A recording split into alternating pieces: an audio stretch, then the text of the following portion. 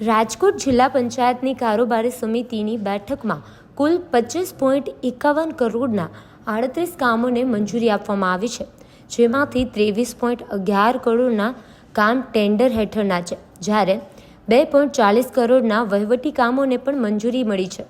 કારોબારી સમિતિના chairman PG કિયાડાએ જણાવ્યું હતું કે આ કાર્યો વિકાસ માટે મહત્વના છે અને જરૂરી પ્રક્રિયા અંતર્ગત મંજૂરી આપવામાં આવી છે. મંજૂર કરાયેલા મુખ્ય કામોમાં 3 સ્ટાફ ક્વાર્ટરના મકાન અને 12 પેટા આરોગ્ય કેન્દ્રના જર્જરિત મકાનોનું ડિમોલિશન, બાંધકામ વિભાગના 21.41 કરોડના કામો અને સિંચાઈ વિભાગના 1.69 કરોડના કામોનો સમાવેશ થાય છે. કારોબારી સમિતિના જિલ્લા પંચાયતના સ્થળાંતર ખર્ચ અંગેનું બિલ રજૂ કરવામાં આવ્યું ન હતું. પ્રાથમિક માહિતી મુજબ આ ખર્ચ કોન્ટ્રાક્ટ રેટ હેઠળ થયો છે અને તેમાં દરેક કામનો ખર્ચ અંદાજે ₹1 લાખથી ₹2 લાખ વચ્ચેનો છે. હાલ કામગીરીની તપાસ ચાલી રહી છે અને નિર્ણય બાદ સમીક્ષા રિપોર્ટ રજૂ થશે. કાર્યપાલક એન્જિનિયર સહિતના જવાબદાર અધિકારીઓ આ મામલે તપાસમાં જોડાયેલા છે.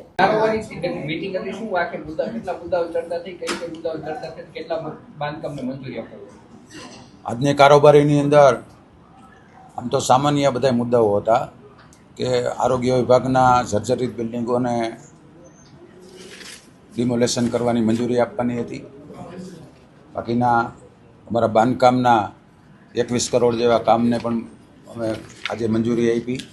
સિંચાઈ વિભાગના 4 કરોડના કામો જે હતા એમ કુલ મળીને 25 કરોડના કામોને આજે અમે કારોબારી સમિતિએ મંજૂરી આપી.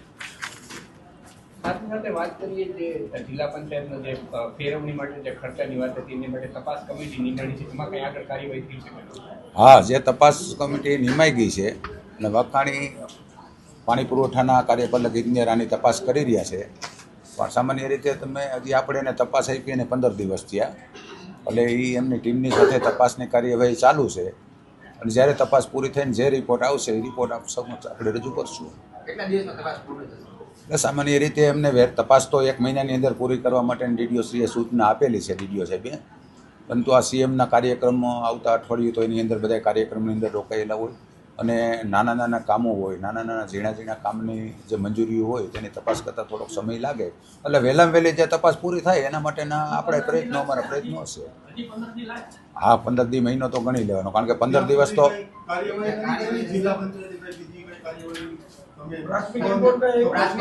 ના હજી એને શરૂ કરી છે, તપાસ એને શરૂ કરી છે ને, એટલે આપણે પ્રાથમિક રિપોર્ટ નથી આપ્યો.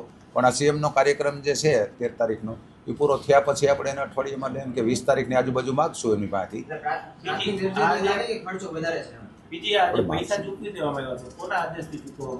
એ તો બાંધકામના એના નિયમ પ્રમાણે પૈસા એ ચૂકવતા જ હોય છે, એમાં કોઈનો આદેશ લેવાની જરૂરિયાત હોતી નથી. અમને કારોબારી સમિતિ છે, અમે કામને મંજૂરી આપીએ છીએ.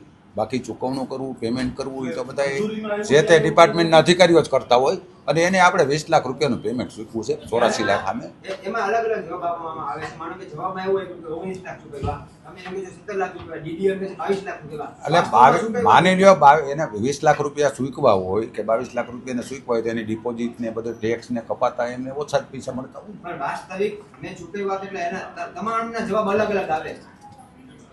અમીને કેટલા ચૂકવ્યા એ તો એક તો આંકડો હશે ને? હા, એ તો પરફેક્ટ જ હોય ને આંકડો તો જે ચૂકવા. ખર્ચો તો 84 લાખ રૂપિયાનો જે ખર્ચો થયો છે એ આપણે ત્યારે વાત ના 84 લાખ રૂપિયાના બિલો રજૂ થયા છે. તમે લોકો મુસ્તદા તૈયાર કરીને જવાબ આપ્યો, એમાં ટોટલ જે તમે માનો જો આ જવાબ છે ને તેથી આપણે અધિકારી પાસેથી જ લીધા ને. કાર્યપાલક ઇજનેર પાસે જવાબ લીધો કે ભાઈ કેટલાનો ખર્ચો થયો છે, તેને 84 લાખ રૂપિયાનો ખર્ચો બતાડ્યો અને 20 લાખ રૂપિયાનું પેમેન્ટ કર્યું છે. એટલે એમાંથી જે કપાતા બાદ થઈ હોય ને રકમ, ના 84 લાખ કારોબારીમાં એટલે ન આવે કે આ બિલ છે 15 લાખ સુધી. બધી સમિતિને અમે પાવર આપેલા છે કે સમિતિઓ 15 લાખ સુધીની કોઈ પણ મંજૂરી હોય તો એને ડીલે ન થાય એટલા માટે એ મંજૂરી આપી શકે છે. 15 લાખ ઉપરનું કોઈ પણ બિલ હોય કે 15 લાખ ઉપરનું કોઈ પણ ચૂકવણું આવતું હોય ને, જે મંજૂરી અર્થે આવતું હોય તો અમારી પાસે આવે. અને આ જે મેન્ટેનન્સ આ જે ફેરવણીનો ટ્રાન્સપોર્ટનો જે ખર્ચો થયો છે એ રેટ ઉપર થયેલો છે, ટેન્ડરથી નથી થયેલો. કે જે 12 મહિનાના વાર્ષિક ભાવ રજૂ કરેલા હોય એમની પાસે આ કામ કરાવેલું હોય એટલે એ લાખ કે 2 લાખ, લાખ કે 2 લાખના જ બધા બિલ હોય. સામાન્ય સભા પછી તમે કઈ અભ્યાસ કર્યો? તમે કહેતા કે અમે અભ્યાસ કરશું, તમે અભ્યાસ કર્યો? હવે એમાં તમારી વાત સાચી છે. અભ્યાસ કરવાની અંદર જેને અમે તપાસ આપી છે એનો અમને થોડોક રિપોર્ટ મળે, અમે એની પાસેથી વચગાળાનો રિપોર્ટ માગશું કે ભાઈ તમે જે તપાસ કરી એમાં તમને શું લાગ્યું છે. એવું લાગે તો અમે પણ હા વચગાળાનો રિપોર્ટ લેવું. અમને એવું લાગશે તો અમે કોઈ સદસ્યોની પણ ભેગે સાથે રાખશું. અત્યારે તો એને અધિકારી તરીકે જે તપાસ કરે છે એને જે સ્ટાફ જોતો હોય એ સ્ટાફ લેવાની છૂટ છે, પણ એની સાથે અમે સદસ્યો કે કોઈ પણ આગેવાન હોદ્દેદારો પણ સાથે રહેશું. હજી તો એને તપાસ શરૂ જ કરી છે. કારણ અત્યારે કમિટીમાં અધિકારીને જ મૂક્યા છે.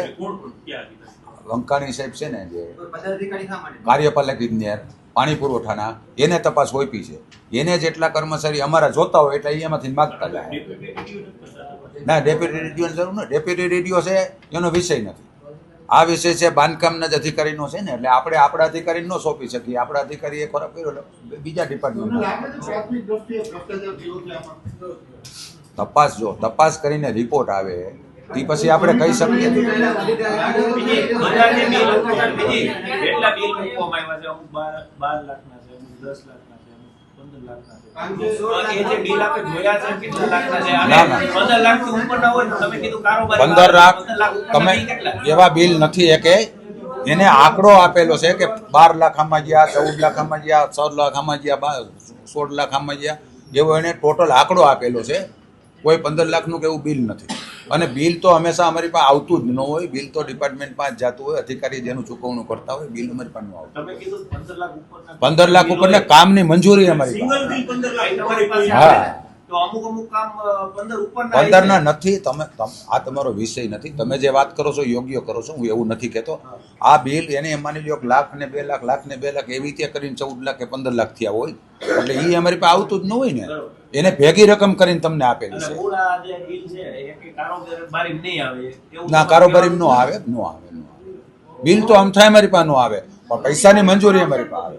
હે મેં ઢોરવાની વાત નથી. અધિકારીઓને જ એને સત્તા છે ને. ભ્રષ્ટાચાર નીકળે હા તો કેવો એને અધિકારી જ ફિટ થાય ને એમની અંદર. અધિકારી ફિટ જ થાય ને, સસ્પેન્ડ થાય, બધું થાય. કોઈ પદાધિકારી સાથે કેમ નહીં? બધા અધિકારીની અમે ક્યાંય આવતું જ નથી લાગે વગેરે. ચૂકવણું જે છે અમે મંજૂરી આપી છીએ. અમે કામને મંજૂર કરીને આપી દઈએ છીએ. હા જે કામ કર્યા છે તમે અમે ત્યાંથી મંજૂરી જે આપી હોય. આ જે તમે એક વસ્તુ સમજી લ્યો કે આ જિલ્લા પંચાયત એક પોસ્ટ ઓફિસ છે. સરકારશ્રી વિભાગમાંથી જે મંજૂર થઈને આવે એને અમારે બહાલી આપવાની છે. ત્યાંથી માની લ્યો 5% એબવ મંજૂર થઈને એવું, એ 5% અમે બહાલી આપી છે. એવું રિક્સ અમને નથી એ લોકો આપતા કે ભાઈ તમે આને મંજૂર કરો. અમે મંજૂર કરીએ છીએ પણ એના નિયંત્રણ નીચે, સરકારશ્રીના ધારા ધોરણ નિયંત્રણ નીચે અમે મંજૂર. કારોબારી સમિતિ મંજૂર કરતા પહેલા કઈ જોવે કે મંજૂર? ના જોતા જ હોય ને આવું. પણ સાહેબ તમારી વાત બહુ સાચી છે, પણ મેં કીધું એમ કે સરકારશ્રીના ધારા ધોરણ મુજબ, નિયમ મુજબ ત્યાંથી મંજૂર થઈને આવે અને એને આપણે બહાલી આપવાની છે. આજે અમને એવો પાવર નથી, કોર્પોરેશન જેવો પાવર નથી. તમે જે પ્રશ્ન કરો કોર્પોરેશન આને એવું કામ ન થયું હોય તો તમે એક્શન તો લઈ શકો ને. હે નબળું હા કામ થયું. અત્યારે લઈ જ છે ને. વિષયની અંદર નબળા કામો હતા.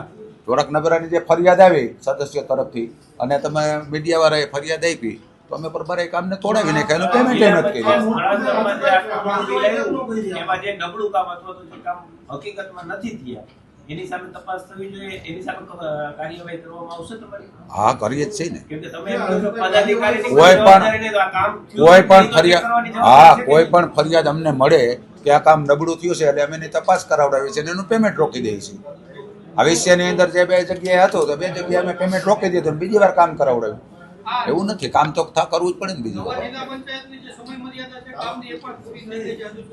બિલ્ડિંગ બન્યું હજી એની મુદત પૂરી નથી થઈ પણ એને લેટ કામ થયું છે. એને મુદત વધારવા માટે અમારી પાસે કાંઈ આવ્યું નથી.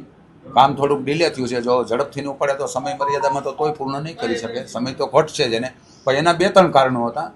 એક તો થોડુંક અમારે જે પ્રશ્ન હતો કે પહેલાં તો અમને જગ્યા નહોતી મળતી. જે આ જિલ્લા પંચાયત આ બિલ્ડિંગ જે મળ્યું ને અમને 4-5 મહિના લેટ બિલ્ડિંગ મળ્યું. ત્યાં સુધી અમે અહીંયા શિફ્ટ કરી ગયા નહોતા. શિફ્ટ ન કરી ત્યાં લગન ડિમોલેશન ન થાય. પછી એક કેન્ટીનની અમારી મેટર હાલે છે, કોર્ટ મેટર હાલે છે. એ પછી અમારે એવું કર્યું, કોર્ટ મેટરને કારણે ડિલે થતું હતું એટલે એમનું બિલ્ડિંગને નજીક લીધું, એટલી જગ્યા છોડીને ઊભું કર્યું. અને એ જ્યારે કાઢીને અમારે કરવાનું હતું ને તો વ્યવસ્થિત થતું હતું. પણ કોર્ટ મેટરના હિસાબે તો કોઈ નિર્ણય આપણે લઈ શકવાના નથી. કોર્ટે જે એને સ્ટે આપ્યો હોય હવે એનો જજમેન્ટ ન આવે ત્યાં સુધી તો આપણે કામ ન કરી શકીએ એટલે આપણે નજીક લઈ એને 5-6 મહિના તો એમ ડીલે થયું છે. જિલ્લા પંચાયતનું કામ કઈ કંપનીને આપવામાં આવ્યું છે ને કેટલા મહિનાથી લેટ ચાલે છે? 5-6 મહિના લેટ થયું છે. એમાં બધા કારણો છે કે આપણને બિલ્ડિંગ નહોતું મળ્યું. કઈ બિલ્ડિંગ એજન્સીને કામ આપ્યું? નામ શું હતું? સુરતની એજન્સી છે. કેવું સુરત? બિલકોન કરીને સુરતનું નવું બિલ્ડિંગ ક્યાં સુધીમાં ડેડલાઈન આપી તૈયાર થઈ જશે? એને તો આમ તો 18 મહિનાની મુદત હોય તૈયાર કરવાની, પણ 18 મહિનામાં તો 6 મહિના મેં કીધું એમ થોડાક લેટ આના કારણે ગયું છે, કારણ કે એમાં એનો વાક નથી આવ. આપણે એને બિલ્ડિંગ ખાલી કરીને દઈ તે થાય ને, આપણે કોર્ટ બિલ્ડિંગ મળતા આપણે 5 મહિના લઈ જાય. નહીં, એ તો બરોબર. હવે ક્યાં સુધી તૈયાર થઈ જશે? 2026માં 2026માં તો તૈયાર થઈ જ જાય. બીજી આપે કીધું કેન્ટીનનો એક કોર્ટ કેસ ચાલે છે. જ્યારે નવું પ્લાન મૂક્યો, જૂનું બિલ્ડિંગ પાડી નવું બિલ્ડિંગ બનાવવાનું, ત્યારે આપણને ખબર નથી કે આ કોર્ટ કેસ ચાલે છે તો આ નવું કામ ચાલુ ન કરાય, અથવા તો એ કેસ પતે પછી નવું કામ ચાલુ કરાય. પણ તો ડીલે થતું હોય ને એટલે કામ તો આપણે શરૂ કરી દેવું પડે, પણ આપણે એને બદલે તો 5-10 મીટર નજીક લઈ લીધું. એમ આપણી પાસે જગ્યા તો પુષ્કળ છે, પાછળ 10 મીટર જગ્યા છોડીને નજીક લઈ લીધું. એટલે એના કારણે હાવ નથી ડીલે થયું. ડીલે થવાનું કારણ કે આપણને બિલ્ડિંગ નહોતું મળ્યું. શિફ્ટ ક્યાં કરવી? આવડી મોટી કચેરીને આવડું મોટું દફતર હોય, આવડા મોટા કર્મચારીઓ, એટલી શાખાઓ એક જગ્યાએ તો મળે નહીં, તો 10 જગ્યાએ શિફ્ટ કરી તો લોકો કેટલા હેરાન થાય. એટલે આપણું આ બિલ્ડિંગ ઉપર ધ્યાન હતું, પણ આપણને કોર્ટે બહુ મોડી મંજૂરી